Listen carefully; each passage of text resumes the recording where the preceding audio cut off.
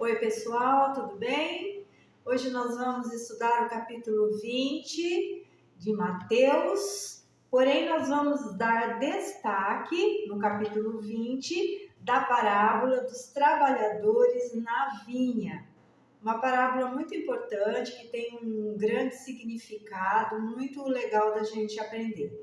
Tem outros acontecimentos, mas alguns eu já mencionei no vídeo anterior, então hoje neste capítulo eu vou estar destacando então esta parábola.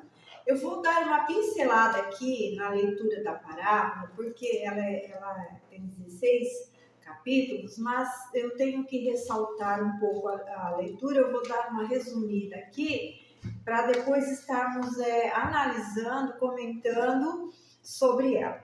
Então, Jesus ele está falando com os discípulos sobre a parábola e ele fala assim: porque o reino dos céus é semelhante ao dono de uma casa que saiu de madrugada para assalariar trabalhadores para a sua vinha. Saindo pela terceira, tendo ajustado com os trabalhadores a 1 denário por dia, mandou-os para a vinha.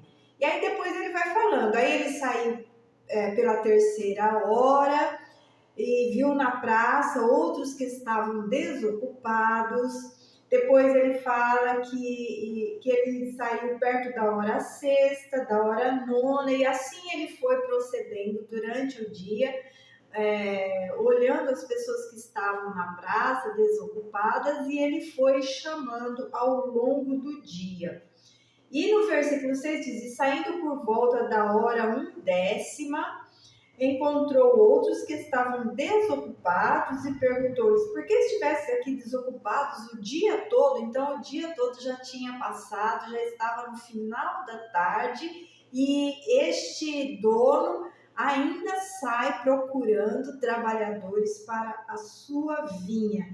Então responderam-lhe: porque ninguém nos contratou. Então ele disse: ide também vós para a minha vinha. E ao cair da tarde, disse o senhor da vinha ao seu administrador: chama os trabalhadores e paga-lhes o salário, começando pelos últimos, indo até os primeiros. Interessante esta questão aí, né? Ele começou a pagar dos últimos, que foram chamados e trabalharam ali pouco tempo, mas estes aí ele quis chamar primeiro para pagar-lhes o salário. E vindos da hora 1/10, recebeu cada um deles 1 denário, que lá no começo, acho que eu até pulei o versículo, ele contratou cada trabalhador por 1 denário, que é um dia de trabalho, desde o primeiro, e ele foi chamando durante o dia as outras pessoas, né? E ele também, para todos eles, ele oferecia 1 denário. Vai trabalhar na minha vinha e eu vou te pagar 1 denário. Então, foi do primeiro até o último, ele ofereceu a mesma coisa, o mesmo pagamento. Isso é interessante observar, tá? E aí, ao chegar, vamos lá pular para o versículo 10. Ao chegarem os primeiros, pensaram que receberiam mais, porque eles começaram logo no romper do dia, né? Logo bem cedinho, né? Às 6 horas da manhã, né? Porém, também esses receberam 1 denário cada um. E só que aí, né, fala no versículo 11 que eles murmuravam contra o dono da casa. E no 12 diz: estes últimos trabalharam apenas 1 hora, contudo os igualastes a nós, que suportamos a fadiga e o calor do dia. Mas o proprietário, respondendo, disse a um deles: amigo, não te faço injustiça, não combinou comigo 1 denário? Ele chamou lá cedo e falou: você quer trabalhar na minha vinha? Eu te pago 1 denário, um dia de trabalho. Opa, tô indo. Mas durante o dia ele quis chamar outros e ele também ofereceu 1 denário, até o que ele chamou lá às 5 horas da tarde. Eu te pago 1 denário para você ir na minha vinha. E os que começaram cedo falaram que ele era injusto, porque estavam recebendo o mesmo que os outros. Porém, ele responde: como eu sou injusto? Não foi o que eu prometi para você? 1 denário? Eu não estou sendo injusto, eu estou te pagando aquilo que eu prometi. E no 14 ele fala assim: toma o que é teu e vai-te, pois quero dar a este último tanto quanto a ti. Porventura não me é lícito fazer o que quero do que é meu? Ou são maus os teus olhos porque eu sou bom? Né? E aí termina com: assim os últimos serão os primeiros e os primeiros serão últimos. Então vamos começar a analisar um pouco esta parábola. E quero ressaltar que esta parábola ela só é encontrada no livro de Mateus, nos outros livros ela não é mencionada. Mas nós temos para compreender por que Jesus está falando esta parábola para os discípulos, porque ele dava as parábolas para ensinar alguma coisa aos discípulos, nós temos que retroceder um pouquinho no capítulo 19, do versículo 16 ao 26, eu não vou ler, mas nestes versículos está a passagem do jovem rico que procura Jesus para perguntar para Jesus, o que ele deveria fazer de bom para herdar a vida eterna. E aí vocês conhecem toda a história, né? Jesus pergunta para ele, fala para ele, guarda os mandamentos. Ele fala, tudo isso eu estou fazendo, tal. Até que Jesus vê que ele é um homem bom, que ele é um homem que faz tudo certinho, conforme a lei. E aí Jesus, que conhece o coração dele, né? O que estava dentro do coração dele, que era o amor ao dinheiro, o amor às suas riquezas. Jesus então olha e fala para ele: então, já que você faz tudo que é bom e certo, vai, vende tudo que você tem, dá aos pobres e siga-me. E a história é que ele saiu triste e foi embora por causa do que Jesus falou para ele. E na sequência deste acontecimento, aí vem Pedro, né? Como sempre, e fala assim: Jesus, questionando ali sobre tudo, eles estão ali junto, né, viram tudo que aconteceu, e fala assim: eis que tudo deixamos e te seguimos, então o que será pois de nós? Querendo dizer, já que nós deixamos tudo, porque Jesus falou para o jovem rico: deixa tudo e me segue. Pedro então pula na frente e fala assim: Jesus, nós te deixamos tudo, então qual será a nossa recompensa? E aí, então, entra no capítulo 20, onde Jesus passa, então, a falar a parábola dos trabalhadores na vinha, porque Jesus, então, quer ensinar para eles a respeito de alguns conceitos, né? Então, Jesus, no versículo 1, ele fala: o reino dos céus é semelhante. Então, ele está tratando de coisas concernentes ao seu reino, o qual os discípulos faziam parte e nós também fazemos parte. Então, nós também, essa parábola também nos ensina alguma coisa.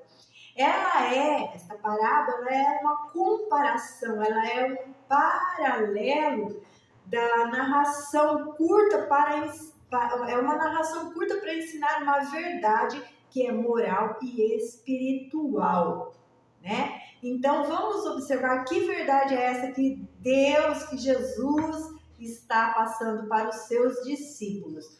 Vamos começar a analisar todos os termos que são usados aqui na parábola, tá?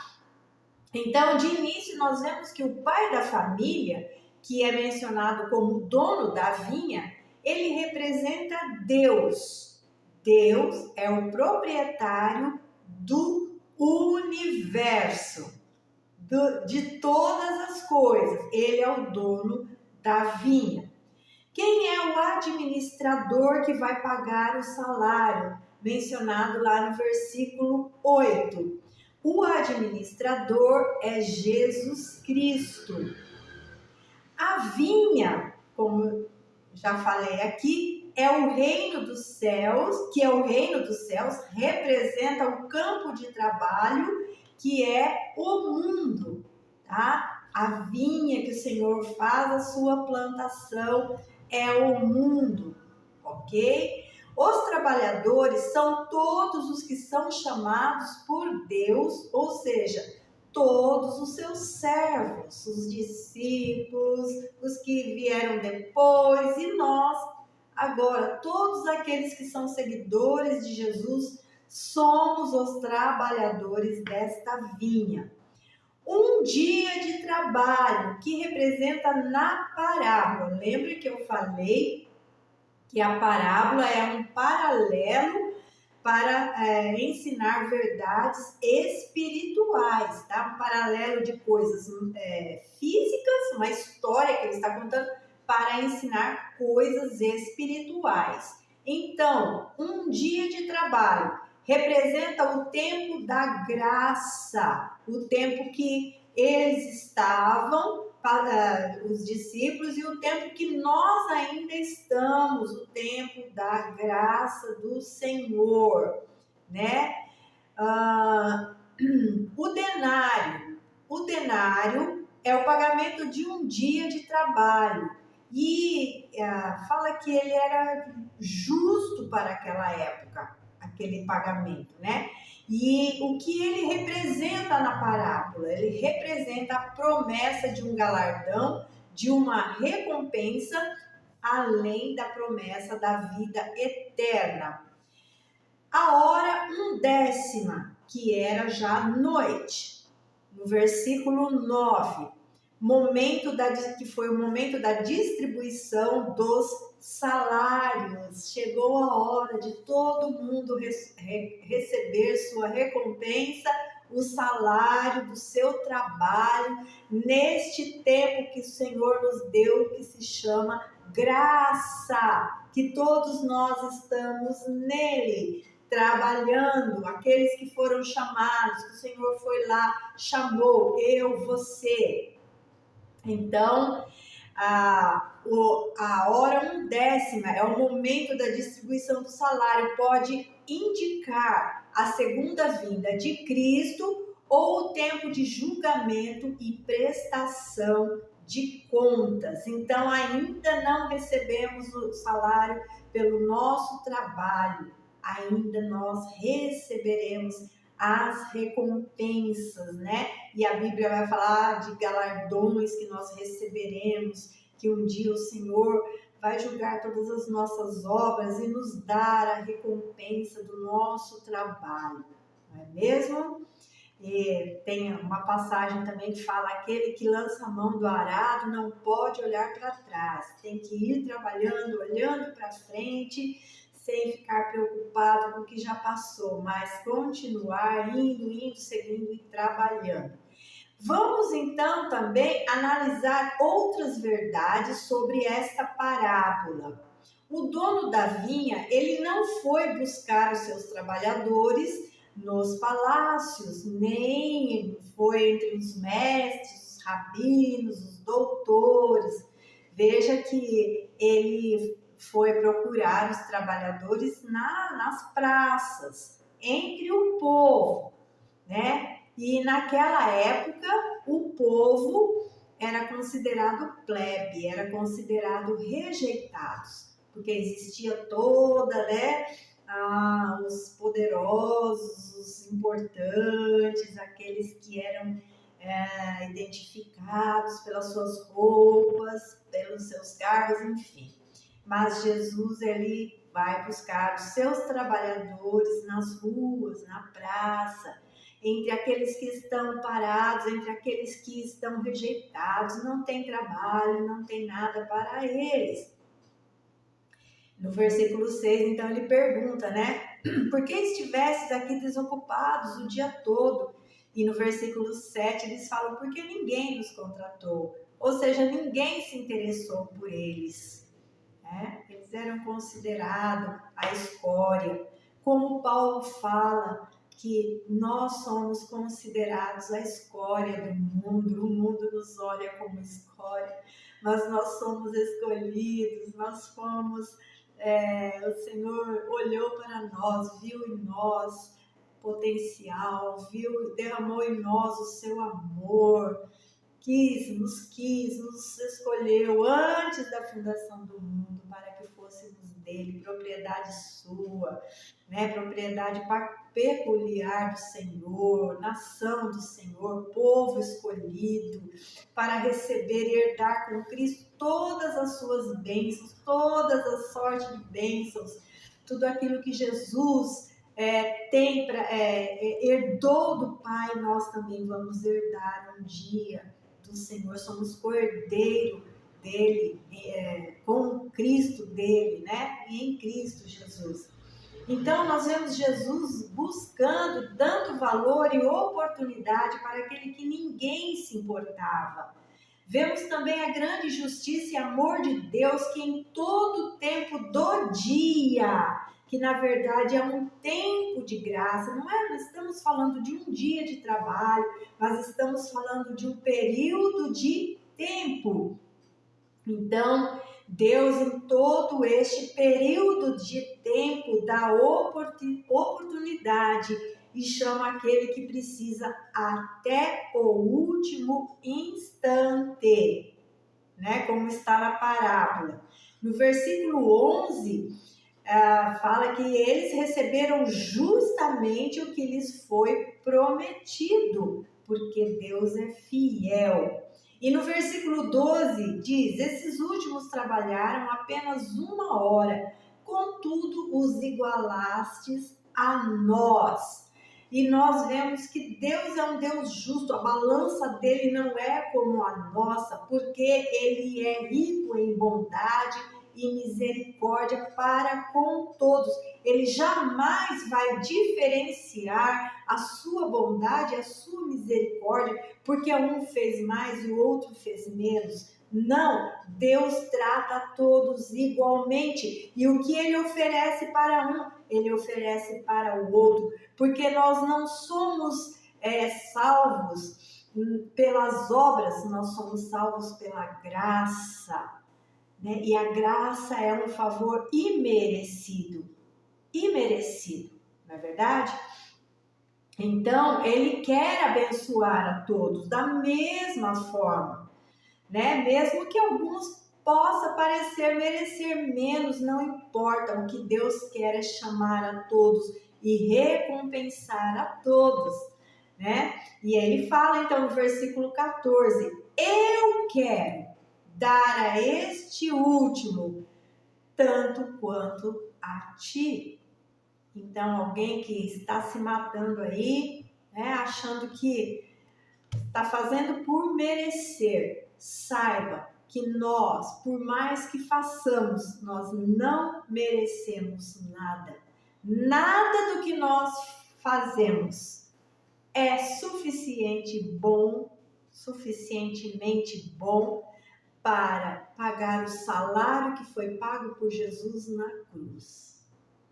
Não, nada. Nem tempo de conversão, 40, 50 anos, nem trabalho, nem esforço, nada paga o que Jesus nos deu na cruz. E aquele que crê e pela fé e ouve o chamado de Deus, ele é merecedor da bênção igualmente a todos, né? Versículo 16, já terminando a parábola, diz assim: assim os últimos serão primeiros e os primeiros serão últimos. Jesus deixa claro que aquilo que os homens podem considerar como base para ocupar o primeiro lugar e receber a melhor recompensa não expressa necessariamente o que Deus pensa como base do primeiro e o último lugar. Os padrões de Deus são incompreensíveis para nós. O julgamento de Deus é incompreensível para nós. A justiça de Deus é incompreensível. E a Bíblia fala que a justiça do homem são como trapos imundos. E olha, um dia eu li um comentário, aliás, um vídeo, acho que do Rodrigo Silva, que fala sobre a arqueologia, né? E acho que foi ele. E ele fala, sabe o que significa, na época de Jesus, trapos imundos, meus queridos? O pano, aquele pano que a mulher usava no seu período menstrual.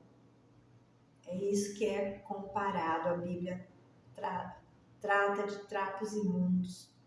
E a Bíblia fala que nossa justiça é como esse pano aí sujo, né?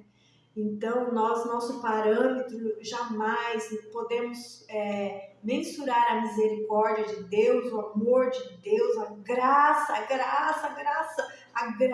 de Deus, ela é incompreensível. Muitos não aceitam que Deus salve um assassino. Muitos não aceitam que Deus pode perdoar uma pessoa assim, ou alguém que fez algo terrível. Mas Deus pode, porque o que Jesus fez na cruz foi maior do que o seu crime, do que o seu pecado. Todos nós pecamos e todos nós fomos destituídos da graça de Deus. Todos. Desde o mais bonzinho, desde o mais perfeito, desde o melhor, desde o religioso, desde o que conhece toda a Bíblia. Todos nós pecamos e carecemos da graça de Deus. Todos. Então, o pagamento é o mesmo, igualmente a todos. Ninguém será privilegiado ou tido por melhor por estar mais tempo nesta vinha, mas por estar trabalhando e cumprindo sua missão quando ele vier prestar contas. Então, como diz em outro texto, né, melhor é o fim das coisas do que o começo. Porque às vezes a pessoa começa lá atrás, muitos anos atrás, muito tempo, e quando chegar no fim, ele pode ser achado não preparado. E às vezes aquele que foi chamado no último instante, o Senhor vem e o leva para a sua glória, né? Então vemos então que a graça de Deus dá aquilo que nem ao menos é merecido e também não retém o que é merecido, porque aquilo que ele prometeu para os primeiros trabalhadores, Deus pagou conforme foi lhes prometido. Deus nunca vai ficar devendo nada para ninguém. Eu falo isso, Deus não te deve nada. Nós é que devemos tudo para o Senhor. Deus sempre preferirá dar do que tomar, abençoar a amaldiçoar, consolar a repreender, curar a ferir.